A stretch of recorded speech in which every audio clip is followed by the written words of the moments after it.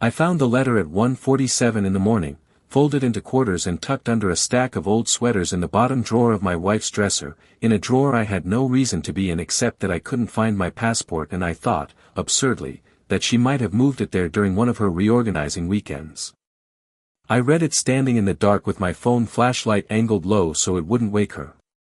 I read it twice. Then I folded it back along its original creases, slid it exactly where I'd found it, closed the drawer without a sound, and got back into bed next to the woman who had written it. I went back to sleep. Not because I didn't understand what I'd just read.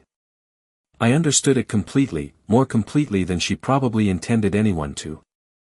I went back to sleep because somewhere in the second read-through, underneath the part of me that wanted to put my fist through the bedroom wall, another part of me, the part that has closed 9-figure deals without blinking, the part that has sat across from men trying to bankrupt me and smiled at them, started doing math.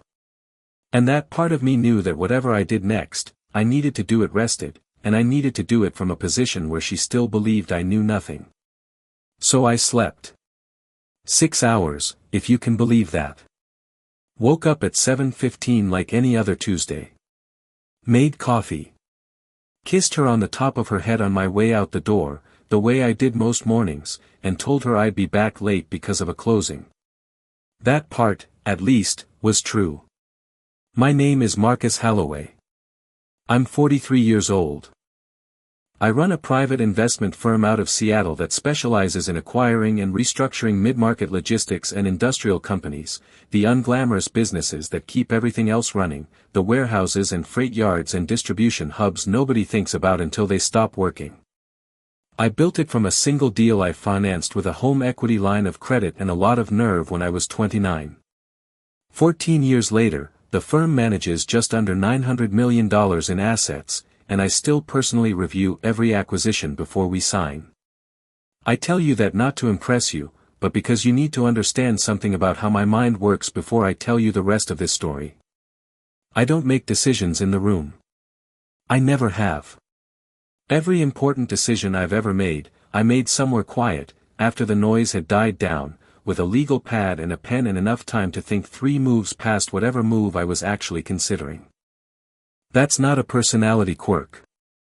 That's the entire reason I have a $900 million firm and most of the people I started with don't. So when I found that letter, the instinct that took over wasn't grief, even though the grief was there, sitting underneath everything else like a stone at the bottom of a lake. The instinct that took over was the same instinct that kicks in when a company we're about to acquire turns out to have a hidden liability buried in the footnotes of their financials. You don't react in the meeting. You go quiet. You go home. You read the footnote 9 more times until you understand exactly what it costs you and exactly what leverage it hands you if you play it right. Then, and only then, do you make your move. That's what the letter was. A footnote I wasn't supposed to find, in a deal I didn't know I was already losing.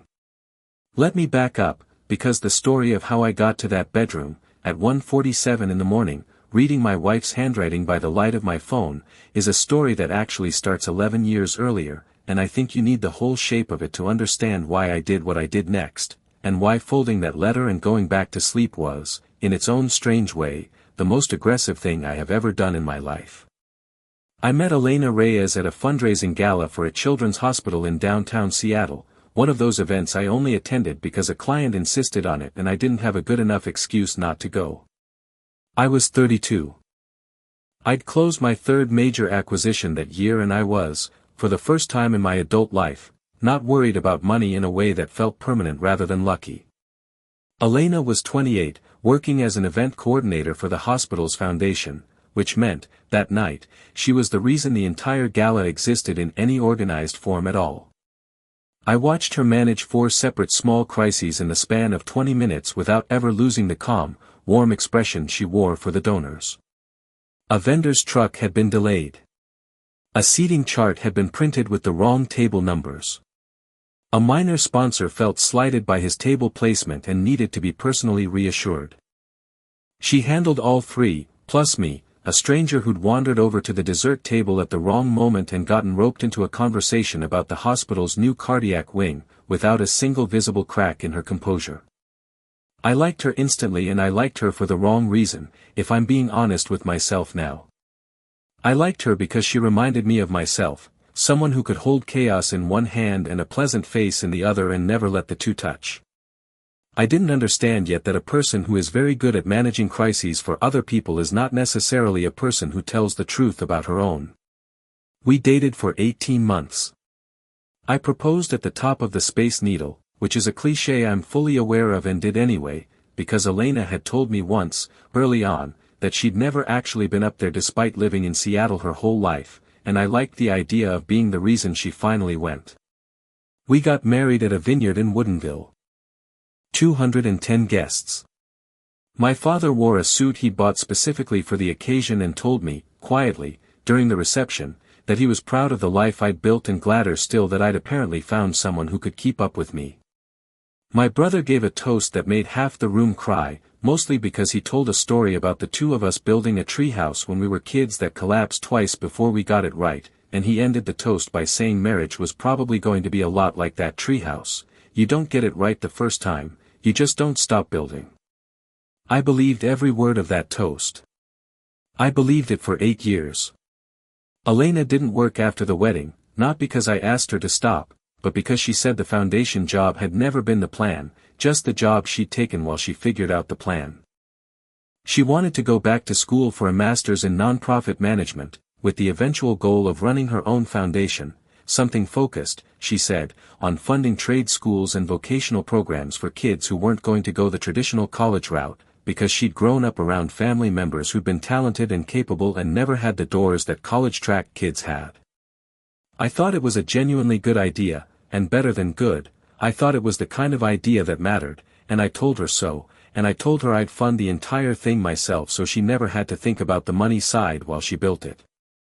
I paid for the master's program in full. 2 years, a private university, north of $90,000 all in once you counted the summer intensive she wanted to take to finish faster. I paid for the initial legal and administrative costs of standing up her foundation as a nonprofit, filing fees, a lawyer to draft the bylaws, an accountant to set up the books.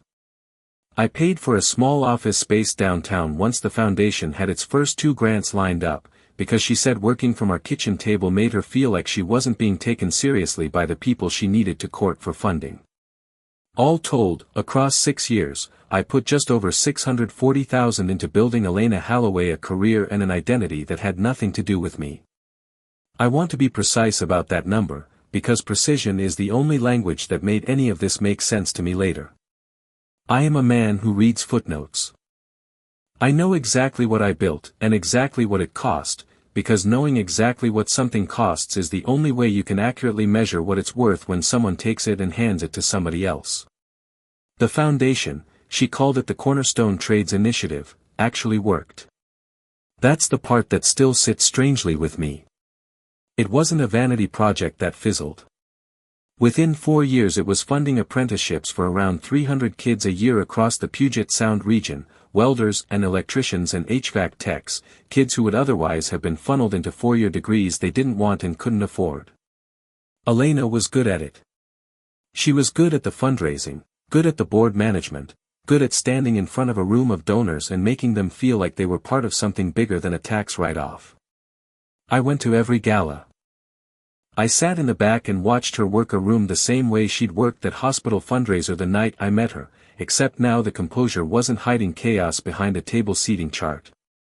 It was hiding something else entirely, and I had no idea. I should say something here about what our marriage actually looked like from the inside during those early years, because I think it matters, and because I don't want this to read as a story about a woman who was simply cold and calculating from the start. She wasn't. Or if she was, I never saw a single trace of it, and I've gone back through 8 years of memory since then looking for one. We had a good marriage. I want to say that plainly, without qualification, because it's true, and because the ending of a thing doesn't retroactively erase what the thing actually was while it was happening. We took a trip every year, sometimes 2, Portugal was going to be our 10th, but we'd already done Kyoto for our 5th anniversary, and a 2-week drive down the California coast for our 3rd, and a long, lazy week in the Yucatan the year Cornerstone got its first major grant, as a way of celebrating together. We had a Sunday ritual, for years, of walking down to the farmer's market near our house and buying more vegetables than two people could reasonably eat in a week, because Elena liked to cook elaborate things on Sunday afternoons while I sat at the kitchen island reading deal memos and occasionally getting handed a spoon to taste something. I loved that ritual more than almost anything else in my life at the time, and I didn't fully understand how much I loved it until it stopped happening, sometime in year 7, without either of us ever formally deciding it should. She was, for most of our marriage, the person I called first when something good happened at work, before I called my father, before I called my brother.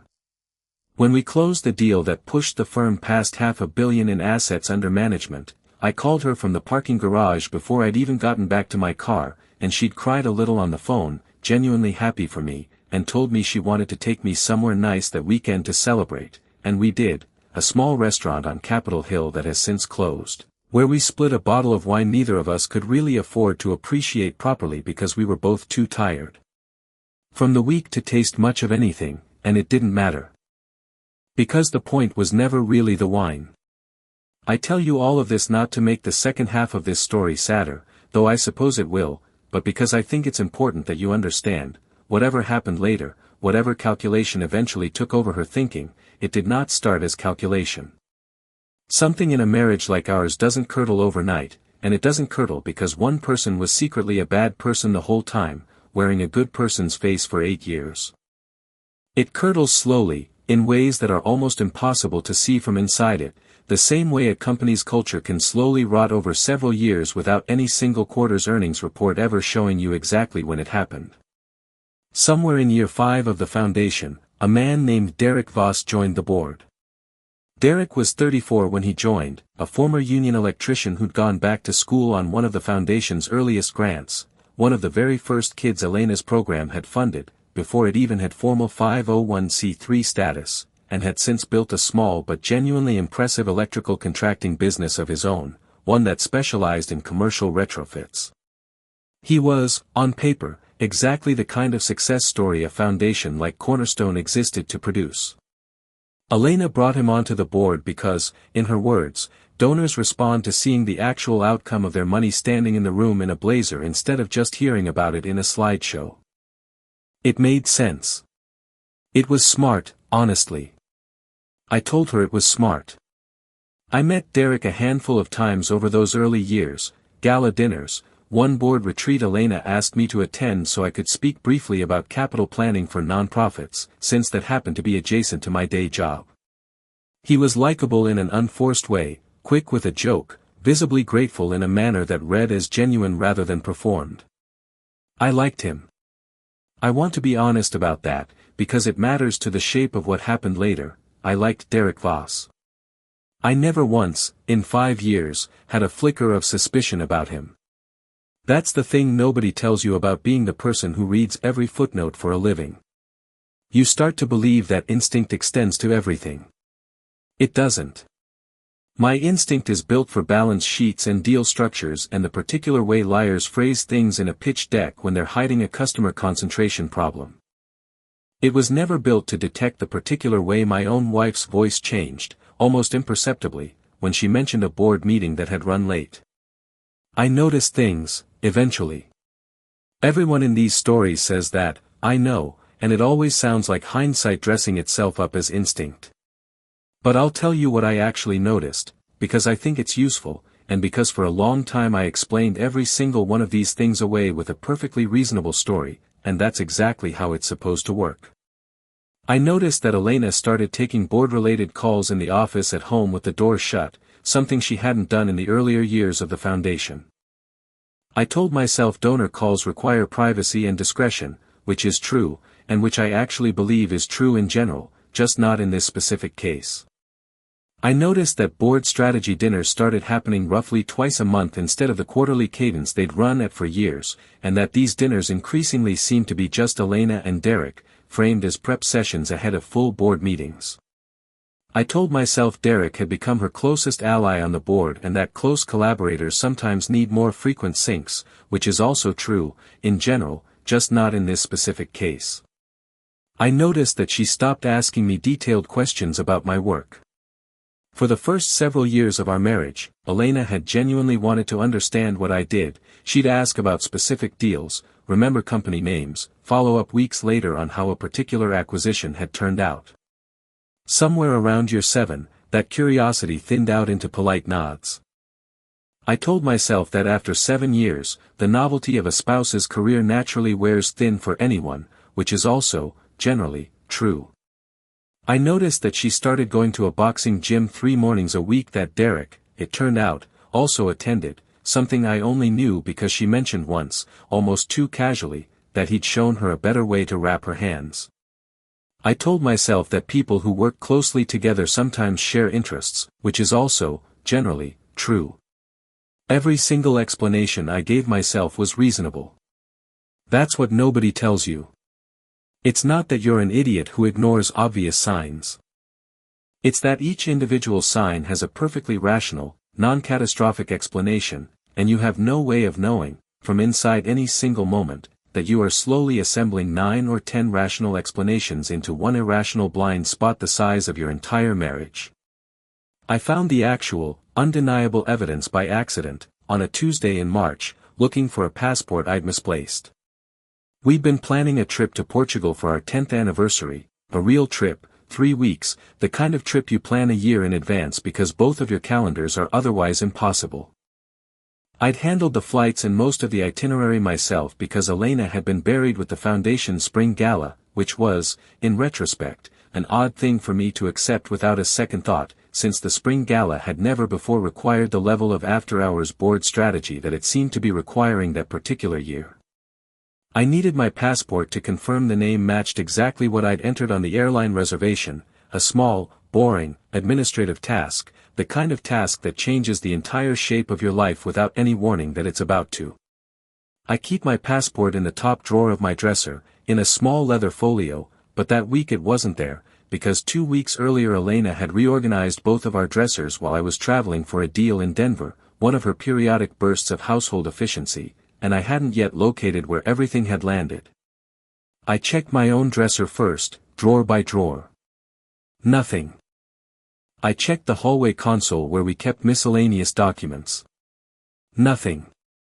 It was after 1 in the morning, I'd been up finishing a memo for a deal closing later that week and had simply remembered, mid-memo, that I needed to double-check the passport before I forgot again, and rather than wait until morning, I did the thing you do when you're tired and slightly annoyed and it's your own house. I started checking Elena's dresser too, on the theory that in her reorganizing she might have consolidated both of our travel documents into one place for convenience. The top 2 drawers held nothing but what you'd expect. The bottom drawer, the one she used for out-of-season sweaters, was where I found a small accordion folder tucked beneath a stack of cashmere, and inside the folder, behind what turned out to be, ironically, both of our actual passports, exactly where a reasonable, organized person would put them, was a single folded sheet of paper in Elena's handwriting. I want to tell you honestly that I almost didn't unfold it. There's a version of that night where I take both passports, close the drawer, and never know. I think about that version sometimes, the way you think about an exit you drove past on the highway. But the folded paper wasn't in an envelope, wasn't sealed, wasn't hidden with any real intention of permanent concealment. It read, to me, more like a draft than a secret, something written to be worked out on paper rather than something meant to never see daylight. And some instinct, the same instinct that has never once let me close a deal without reading every attachment in a data room no matter how boring, made me unfold it. It wasn't a love letter to Derek, not exactly, though it made clear that whatever this was had been going on for the better part of 2 years, since roughly the time the board dinners had shifted from quarterly to bi-weekly. It was something closer to a plan.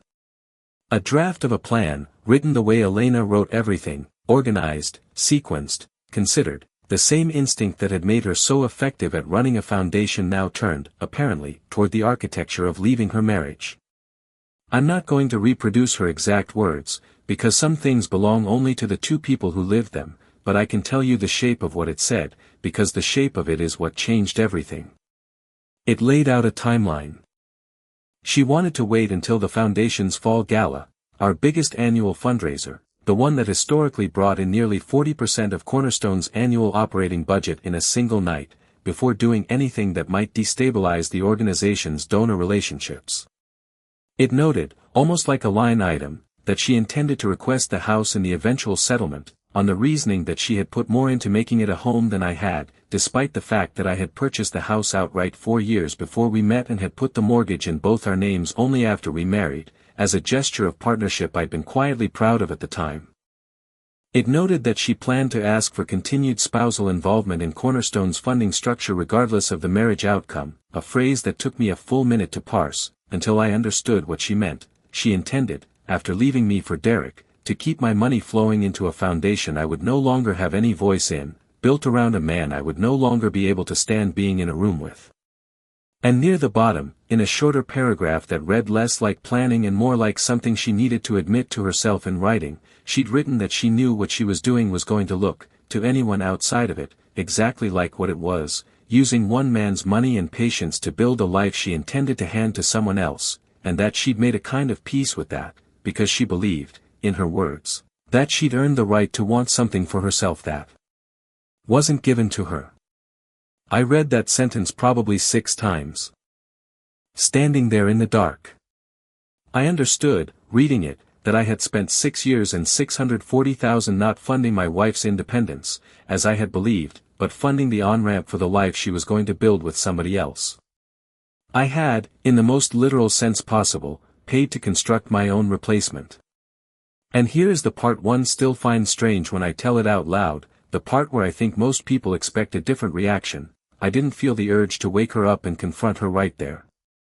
I didn't feel the urge to drive to Derek's place, wherever that was, and do something I'd regret. What I felt, underneath the grief, which was real and enormous and would take months to fully arrive, was something closer to clarity. The kind of clarity you get when a deal you've been circling for months finally shows you its real numbers. I finally understood exactly what I was dealing with. And a person who understands exactly what they're dealing with does not make their next move at 1:47 in the morning, exhausted and furious. They make their next move after they've slept, after they've had coffee, after they've had time to think 3 moves ahead. So I folded the letter back along its original creases. I made sure it sat under the sweaters exactly the way I'd found it, at the same angle, in the same position in the stack. I closed the drawers slowly enough that the runners didn't make their usual soft clunk. And I got back into bed, on my side, facing away from her, and I lay there for maybe 20 minutes doing the only thing that has ever actually calmed me down in a crisis, which is building a plan in my head, piece by piece, the way you build a term sheet. Then I slept. 6 hours. Because the version of me who was going to walk out of that house with everything he was entitled to and nothing he wasn't needed to be rested for it, and the version of me who wanted to scream into a pillow at 2 in the morning was not a version I was willing to let drive. A quick pause here, because I know some of you watching this have lived some version of this same night, the discovery that comes at the worst possible hour, the choice between reacting and thinking. If this story is resonating with you so far, drop a comment and tell me whether you think going back to sleep was the right call, or whether you'd have done it differently. And if you want more stories like this one, hit subscribe. We tell these because so many of you write in and tell us your own version actually happened. Now, back to it. I want to describe that Tuesday morning carefully, because it's the morning that determined everything that came after, and because I think the discipline of it is the actual point of this story, more than anything that happened later. I woke at 7:15, same as always. Elena was still asleep. She'd taken to sleeping in later on Tuesdays since Cornerstone's office didn't officially open until 10. I made coffee. I did not make her coffee, which was a small, deliberate break from an 8-year habit, not out of spite but because I needed, that morning, to start practicing the version of my life where I no longer automatically did things for her without thinking. I needed to see if I could still function as a person whose first instinct in the morning wasn't organized around someone else's comfort. I kissed the top of her head when she wandered into the kitchen half awake, the way I always did. I told her I had a closing that would run late. Both statements were, technically, true. The kiss happened, the closing was real, even though neither of them meant what they would have meant 24 hours earlier.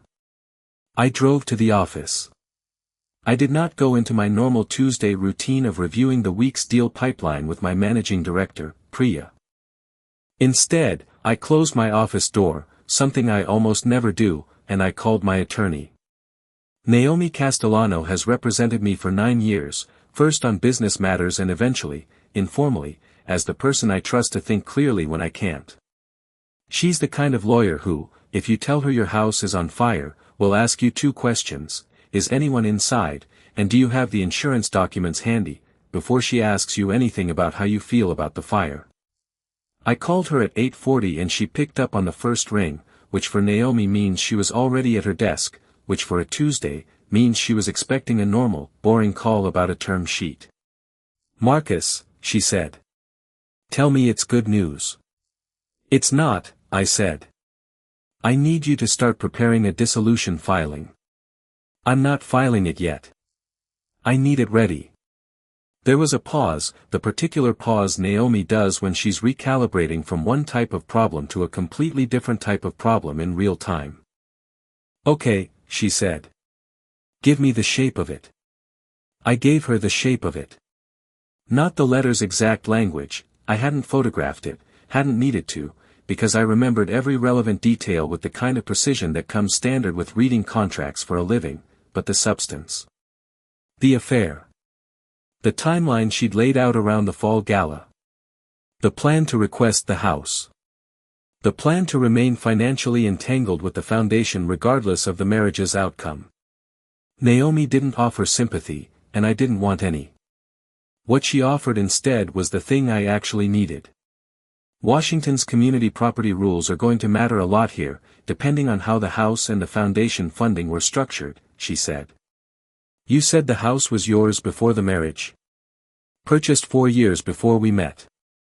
I added her to the title 2 years into the marriage. "That complicates it, but it's workable." "What about the foundation itself? Is any of the $640,000 documented as a loan, or was all of it structured as gifts?" I told her the truth, which was that almost none of it had been documented as anything at all. I'd wired money. I'd paid tuition invoices directly. I'd covered filing fees and office leases without ever once treating any of it as a loan, because at the time, treating my wife's dream like a loan she owed me back would have felt, frankly, insulting to both of us. I had never imagined a version of my life where I'd need the paperwork. "Okay," Naomi said, in the tone she uses when a problem is difficult but not impossible. "Then here's what we do. None of that money is coming back to you directly, legally, most of it will likely be treated as gifts, given how it was structured, regardless of what precipitated them. But that doesn't mean you have no leverage. It means your leverage isn't in the courtroom. It's in what you control right now, today, before she knows you know anything. Which is the foundation's continued existence in any form that involves your name, your network, or your money," Naomi said. "You told me the letter says she wants continued financial involvement from you regardless of outcome. That tells me she's assuming you'll keep funding it out of guilt, inertia, or public image, even after a divorce. That assumption is the only real weapon on the table. Take it off the table quietly, before she has a chance to build a plan B around it, and you control the entire shape of what happens next." I sat with that for a moment, in my office, with the door closed, looking out over Elliott Bay the way I do when I need to think and don't want anyone reading my face. "I'm not trying to destroy the foundation," I said, and I meant it. Whatever Elena had done, 300 kids a year were getting apprenticeships because of an organization she genuinely built well. I wasn't interested in punishing them for her decisions. "I'm not suggesting you destroy it," Naomi said.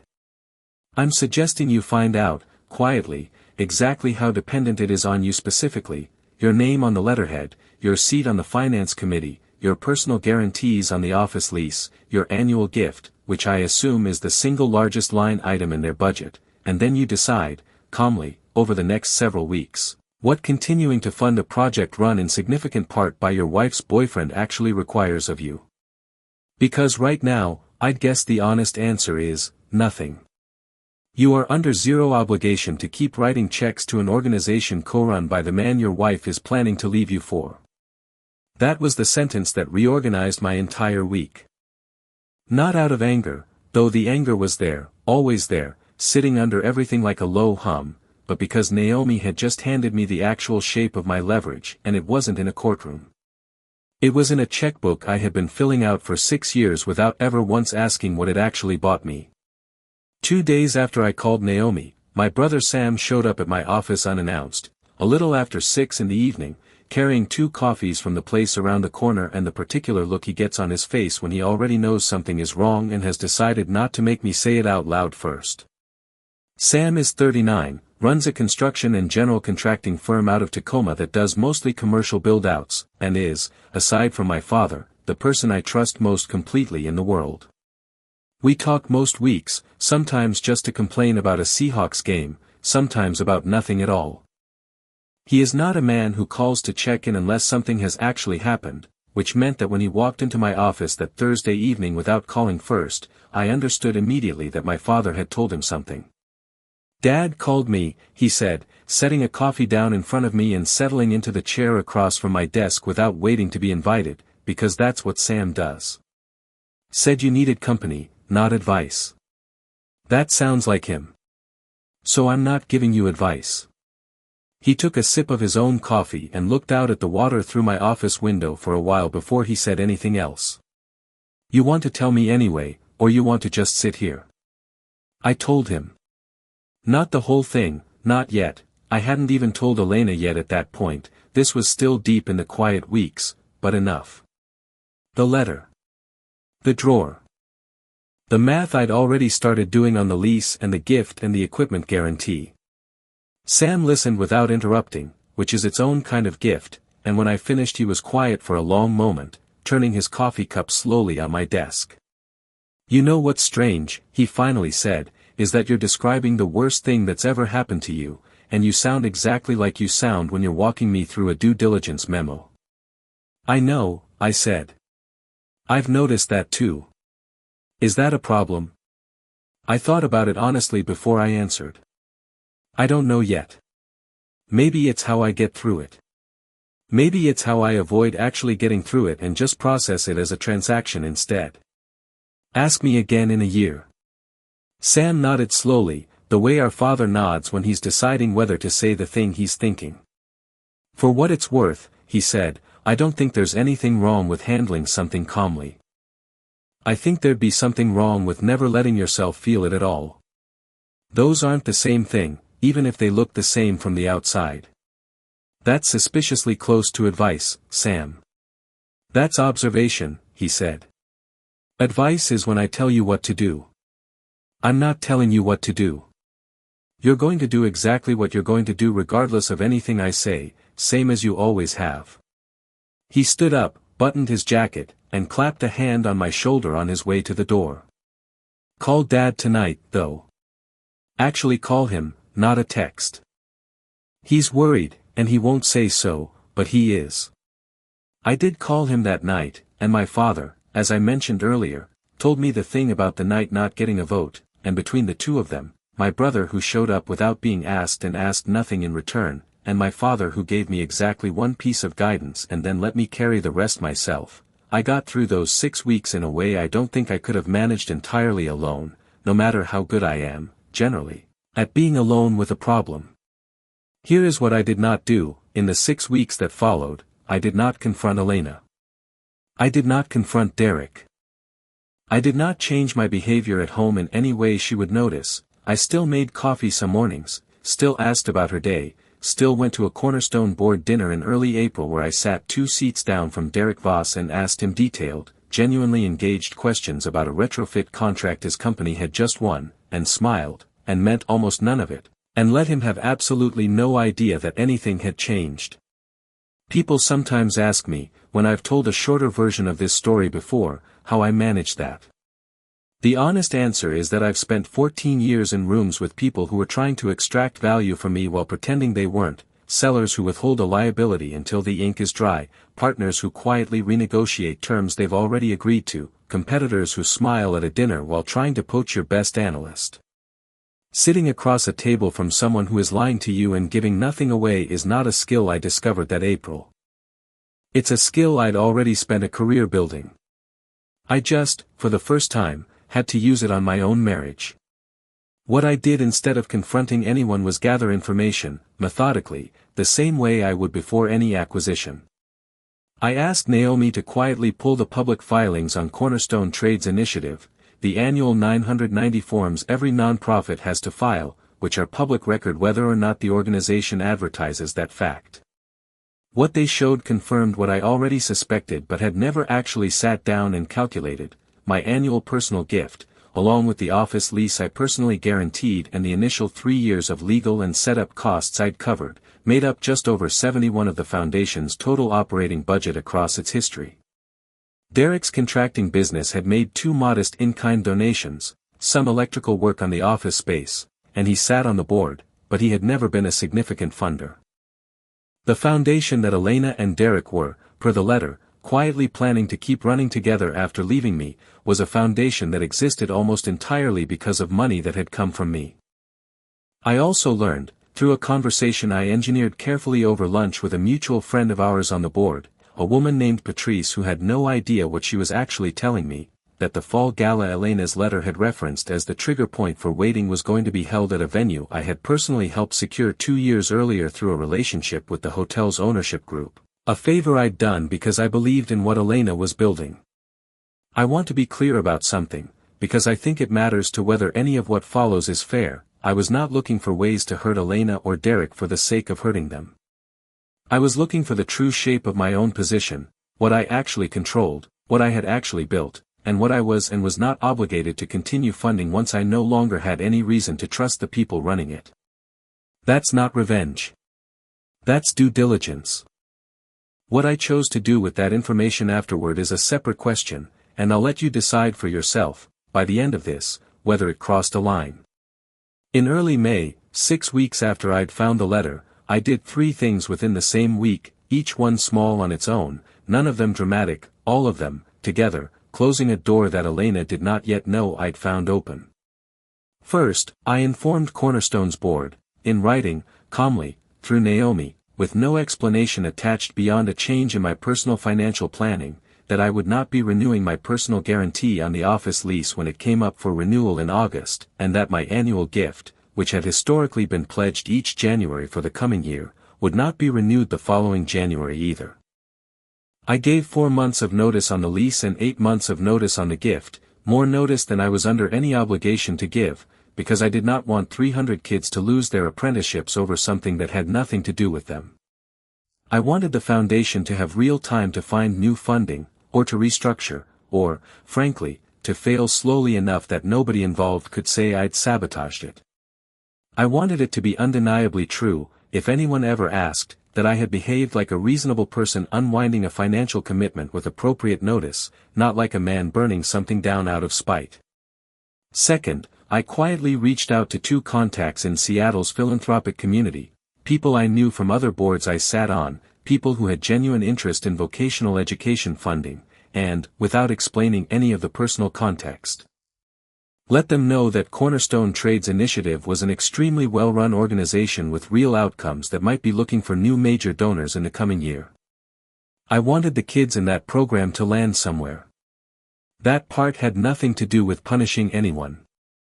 Third, and this was the one Naomi and I discussed longest, because it was the one closest to the line, I did not renew the personal guarantee I had also quietly provided, 2 years earlier as a favor to Elena, on a small equipment line of credit for Derek Voss's electrical contracting business, something Elena had asked me to co-sign back when Derek was still, to my knowledge, nothing more than a promising board member she believed in. I had forgotten I'd even signed it until Naomi found it while reviewing my other guarantees. It was a modest amount, $180,000, but it was the kind of thing that, if called or non-renewed at the wrong moment, could meaningfully disrupt a contracting business that ran on tight seasonal cash flow.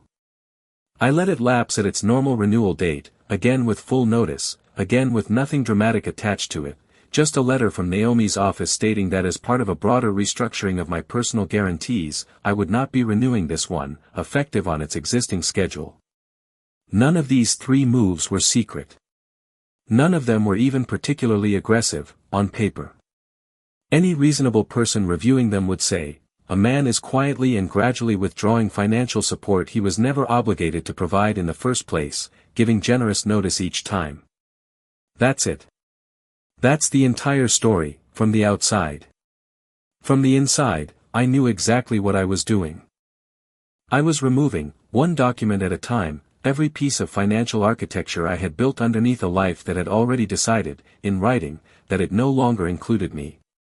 Elena found out about the lease non-renewal from Cornerstone's board treasurer in late May, roughly 2 weeks before I'd planned to tell her anything myself. I hadn't intended for it to reach her that way.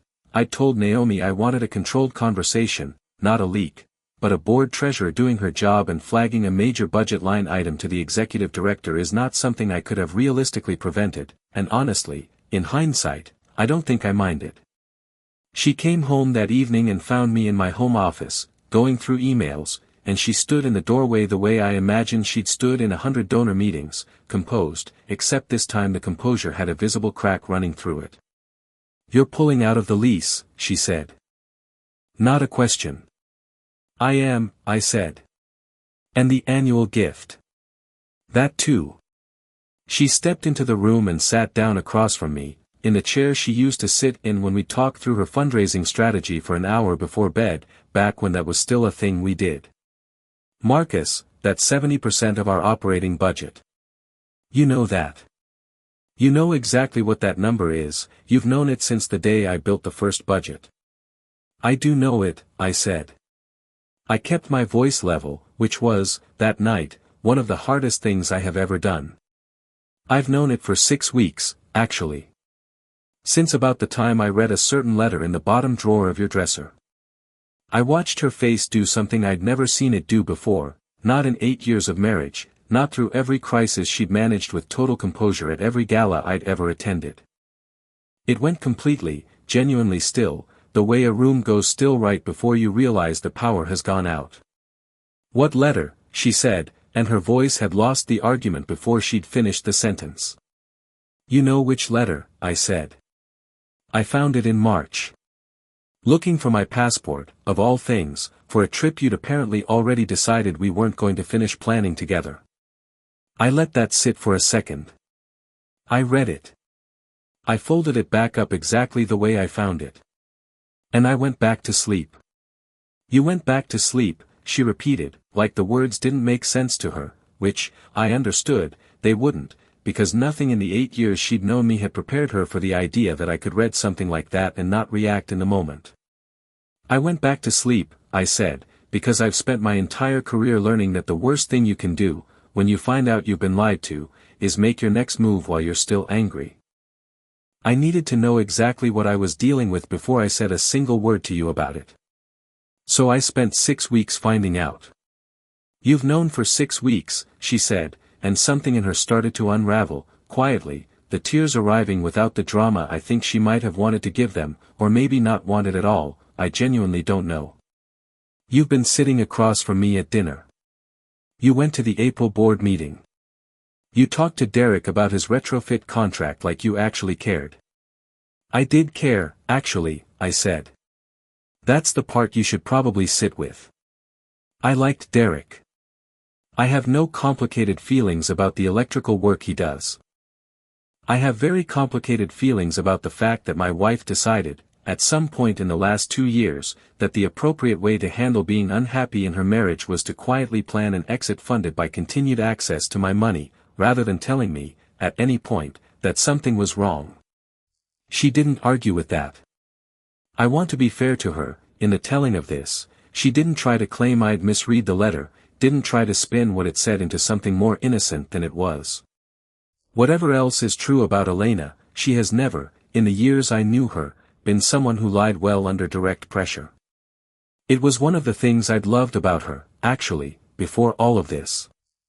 She sat in that chair and she let the silence be an admission, because there wasn't a version of denying it that would have survived even 30 more seconds of me looking at her. "I was going to tell you," she finally said. "After the fall gala. I wanted the foundation to be stable first." "I read that part too," I said. The part where you decided my money should keep flowing into an organization you were planning to run with the man you were leaving me for, regardless of how the divorce went. I want you to actually hear how that sounds, Elena. Not from me being angry. Just as a sentence. Say it back to me. She didn't say it back to me. She sat there, and eventually she said, quietly, it wasn't about the money. Derek and I, it happened because of something that had nothing to do with you being generous or not generous. I believe that, I said, and I did, mostly.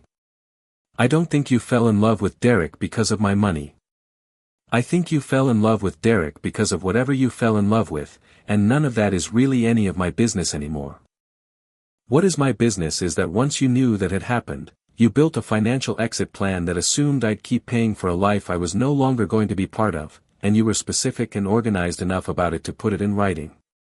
That's not an affair, Elena. People have affairs, and it's awful, and I'd have been devastated regardless. What you wrote in that letter is a plan. And I've spent my whole career learning to respect a well-built plan, even when it's built against me. So I built one back.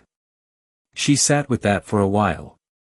Outside, I could hear a neighbor's sprinkler system click on, the ordinary sound of an ordinary evening happening around us while the actual architecture of our marriage came apart in a room with the door shut. How long have you known? She asked again, quieter this time, like she was hoping the second version of the question might get a different answer. Since March 14th, I said. I remember the date because I looked it up on my phone that same night, checking flight confirmations. Passport hunt. Very boring. Very ordinary Tuesday, right up until it wasn't. You sat through Easter with my parents, she said, and I could hear something new in her voice now, not quite anger, something closer to disbelief at her own blindness. You sat there and ate my mother's ham and told her the flight itinerary was all set. I did, I said. Because the itinerary actually was all set. I'd finished it 2 weeks before I found the letter. I just never told the airline to cancel it, because canceling it early would have told you I knew something, and I wasn't ready for you to know that yet. Why, she said. Why does it matter so much that I didn't know? What were you protecting by keeping me in the dark for 6 weeks? I thought about that question longer than any other question she asked me that night, because it deserved an honest answer and the honest answer wasn't flattering to either of us. Because the version of this conversation that happens the night I find the letter is a screaming match in a bedroom at 2 a.m. that neither of us remembers accurately 6 months from now, I said. And the version of this conversation that happens after I've had 6 weeks to actually understand what I was dealing with is the one we're having right now, where I know exactly what I'm willing to keep funding and what I'm not, and you don't get to talk me out of any of it with tears, because I've already done my crying, alone, in my car, in a parking garage near the office, on a Thursday in April you never knew anything about. I wasn't protecting you, Elena. I was protecting my own judgment from getting hijacked by how much this hurt. There's a difference. She didn't have an answer for that. I don't think there was one. So what happens now, she finally asked. Now I stop paying for things I didn't know I was paying for, I said. The lease. The gift. Whatever else Naomi finds when she goes through the last 6 years properly, which she's doing right now, this week, while we're having this conversation.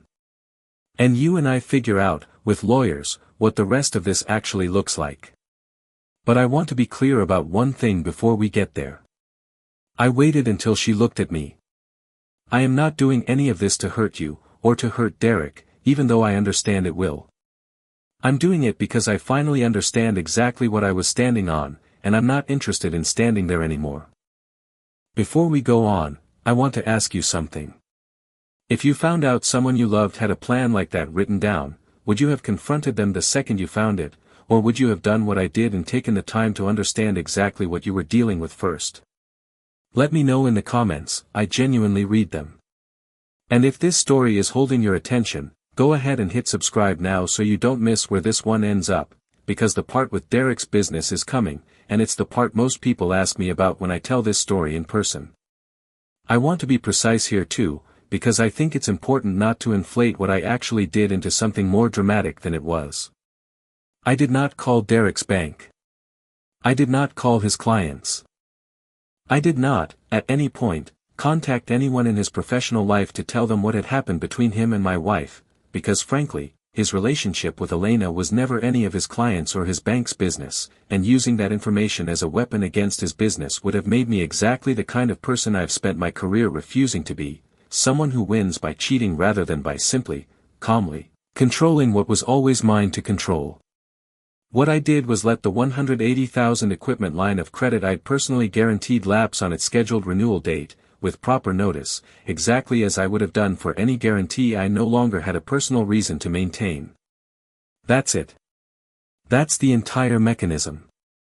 But mechanisms have consequences, and I understood the consequence before I let the notice go out, because understanding consequences 3 steps ahead is, again, the entire job I've built my career on.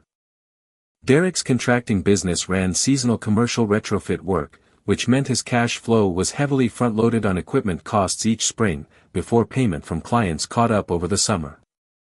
That line of credit wasn't decorative. It was the thing that let him buy the aerial lifts and specialized wiring equipment he needed at the start of each contract season, before the season's revenue arrived to cover it. Without it, he needed another source of short-term capital, fast, in a market where a 34-year-old contractor with a 5-year-old business and no other personal guarantor was not, it turned out, an easy risk for most commercial lenders to underwrite on short notice. He found one anyway, a higher-interest bridge loan from a specialty lender, the kind of financing that exists specifically to catch small businesses in exactly this situation, at a rate that ate meaningfully into his margins for the season. I know this because Patrice, the same well-meaning board member who'd unknowingly told me about the gala venue months earlier, mentioned it to me at a dinner in July, completely unaware of any of the context, simply passing along gossip the way people on small non-profit boards do. Poor Derek, she said. Had some kind of financing hiccup this spring, apparently, right before the busy season. Elena's been so stressed about it too, for some reason. I said something non-committal and changed the subject, and I want you to know that in that moment, sitting at that dinner, I did not feel triumphant. I felt, mostly, tired. Tired in the way you feel after a long negotiation that technically went your way but never should have needed to happen at all. Derek's business survived. I want to be clear about that, because I'm not interested in telling you a story where I destroyed a man's livelihood and framing it as justice. He took the more expensive bridge loan, he made it through the season, and by the following year he'd apparently secured a more conventional line of credit on his own, without needing anyone's guarantee.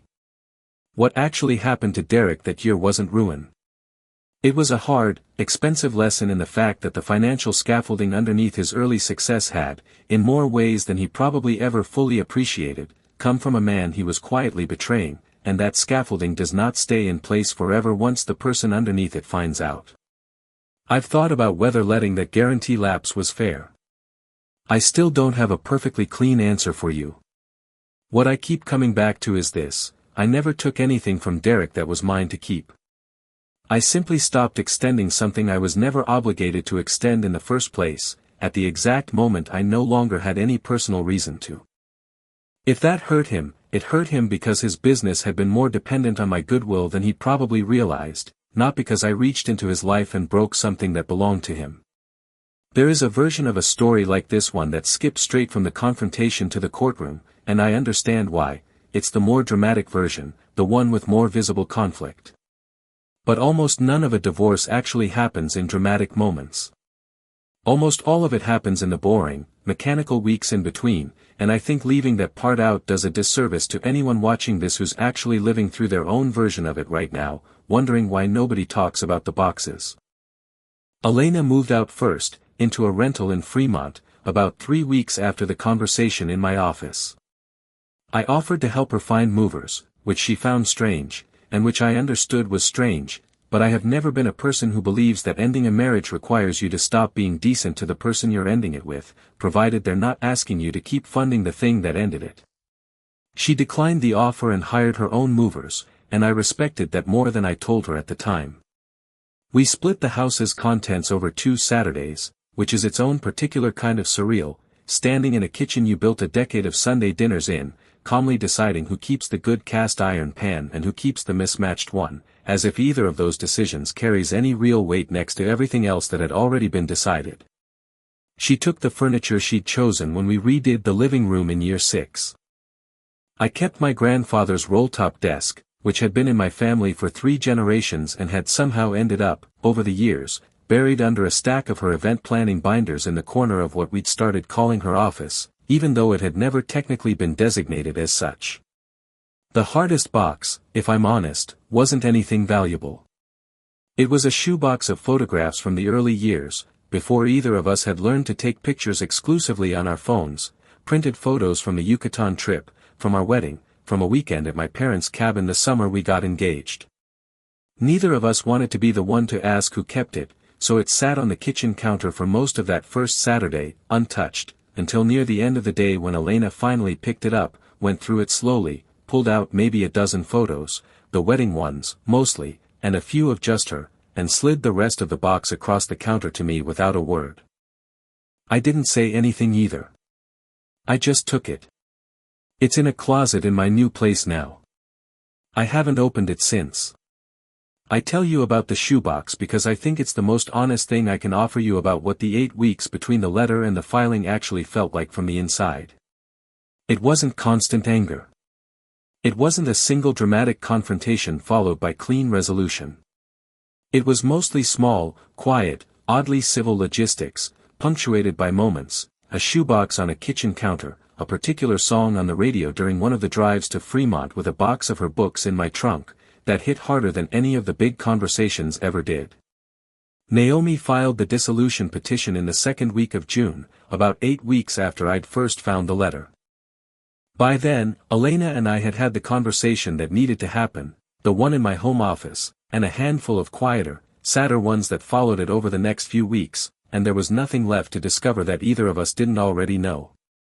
The divorce itself was, by the standards of these things, relatively fast and relatively clean, which I attribute mostly to 2 facts. Elena never once tried to deny what had happened, and Washington's community property framework, combined with Naomi's careful documentation of the house's premarital purchase, meant there wasn't much room for a drawn-out fight over the one asset Elena's letter had specifically named. She got a portion of its appreciated value corresponding to the years it had been jointly titled. I kept the house. She did not, in the end, ask for continued involvement in my personal giving to Cornerstone, because by the time the settlement was finalized, there was very little of that giving left to ask for. The foundation, for what it's worth, survived in a smaller form. One of the 2 contacts I'd quietly connected them with came through with a meaningful multi-year gift, not enough to replace what I'd been providing, but enough to keep the core apprenticeship program running at roughly 60% of its previous scale. I don't take credit for that. I only opened a door. What happened after that was between Elena, the new board, and whatever version of the organization they chose to build without me in it. Elena and Derek are, as far as I know through the small, overlapping circles that Seattle's philanthropic world inevitably creates, still together. I have no particular feelings about that anymore, which surprised me when I noticed it, sometime around the following spring. Whatever I felt in that bedroom at 1:47 in the morning, and it was enormous, and it took a long time to fully arrive and then fully pass, it was never really about Derek. It was about the 8 years I'd spent building a life with someone who had decided, quietly and methodically, that the most efficient way out of it was to keep extracting value from me on her way to a different one. The fall gala happened that October, right on schedule, exactly as Elena's letter had originally planned, though by then the plan underneath it had changed entirely. It was the first Cornerstone gala in 6 years I did not attend, and I heard about it secondhand, the way I now heard about most things connected to that part of my old life.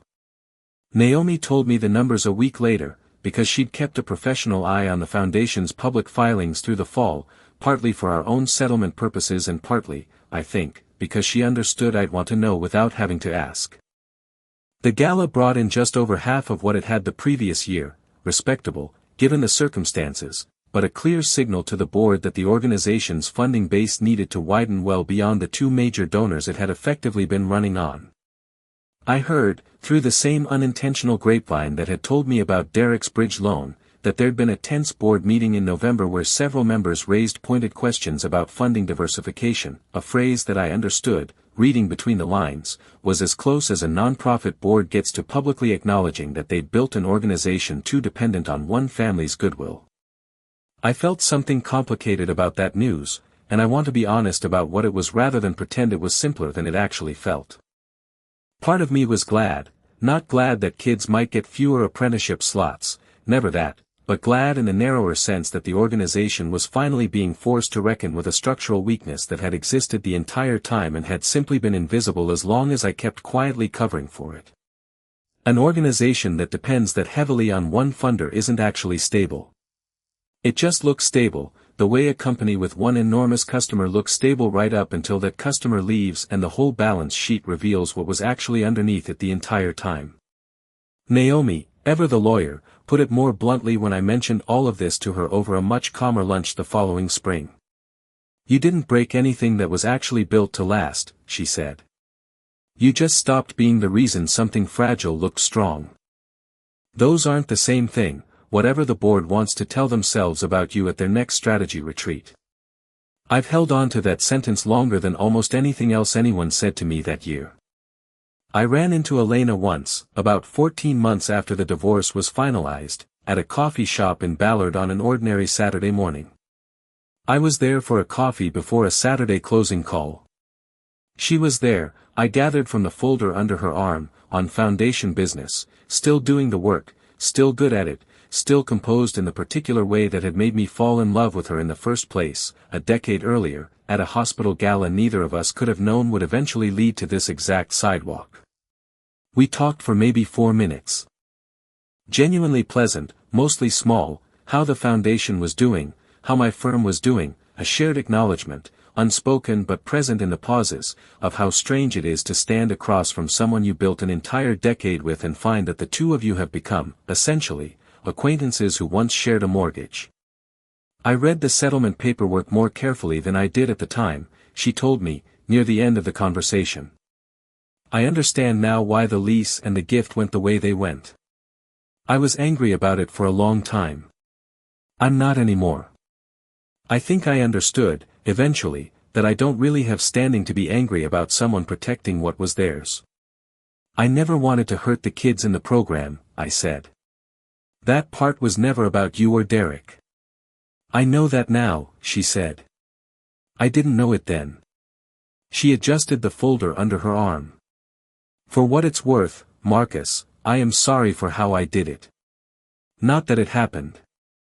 I've stopped apologizing for that part, because I don't think I owe anyone an apology for who I ended up loving. But how I did it, the planning, the letter, all of it, I'm sorry for that part. You deserved a conversation, not a spreadsheet. I thought about that phrase for a long time afterward. A conversation, not a spreadsheet. It was, I think, the single most accurate sentence anyone has ever said about what actually went wrong between us, and it came from the person who'd built the spreadsheet in the first place.